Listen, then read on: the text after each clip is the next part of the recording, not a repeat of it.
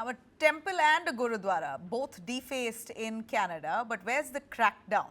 There seems to be no intent by the Canadian government to crack down on such elements because this has happened time and again.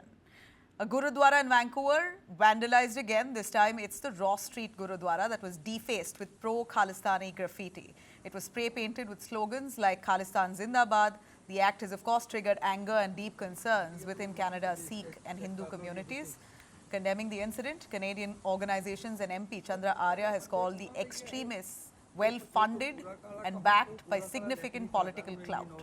Now, according to a statement by leaders of the Khalsa Diwan Society Gurdwara, the act was allegedly committed by a small group of Sikh separatists advocating for Khalistan. Police are investigating. Vancouver police spokesperson Steve Addison has confirmed they are looking into this matter, but no arrests have happened yet. But what precisely is a worry here? How do such brazen acts keep happening under the nose of what's supposed to be one of the finest police forces in Canada?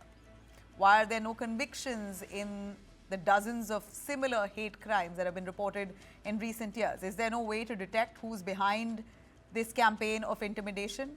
In fact, on April 19th, Saturday itself, the quote that came in saying that we were shocked to witness act of vandalism at our beloved Ross Street Gurdwara. Small group of Sikh separatists advocating for Khalistan defaced our sacred walls with divisive slogans like Khalistan Zindabad. This act is part of an ongoing campaign by extremist forces that seek to instill fear and division within the Canada Sikh community.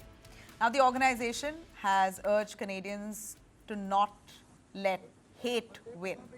In fact, they say we call on all Canadians, Sikhs and the people of goodwill to stand together in the face of extremism. We must denounce these acts and reaffirm our shared commitment to the values of peace, unity and respect. This attack is an attack on all of us, on the very unity that makes Canada strong. Let us unite against division and extremism for the future we all share.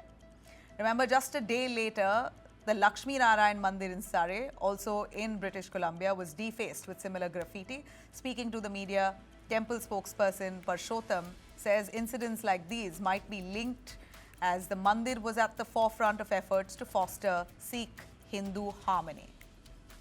Now, what's fanning this wave of hate? Of course, the question that now prevails is the intent by the Canadian government to crack down on this.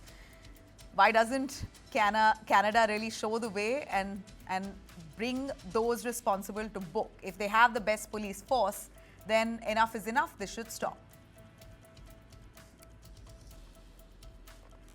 These were rather upset and, were frustrated that they felt like no one was speaking out. And vandalism like this keeps happening. And yeah, I want to point out it wasn't the only, temple vandalized last night.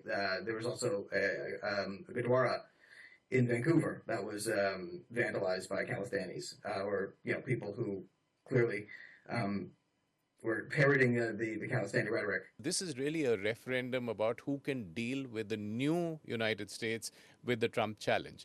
So while it's good to have a conversation about the micro detailing of the ridings where some of these guys have an extra influence, they have a certain capture, the pro-Khalistani elements, this election is not about them.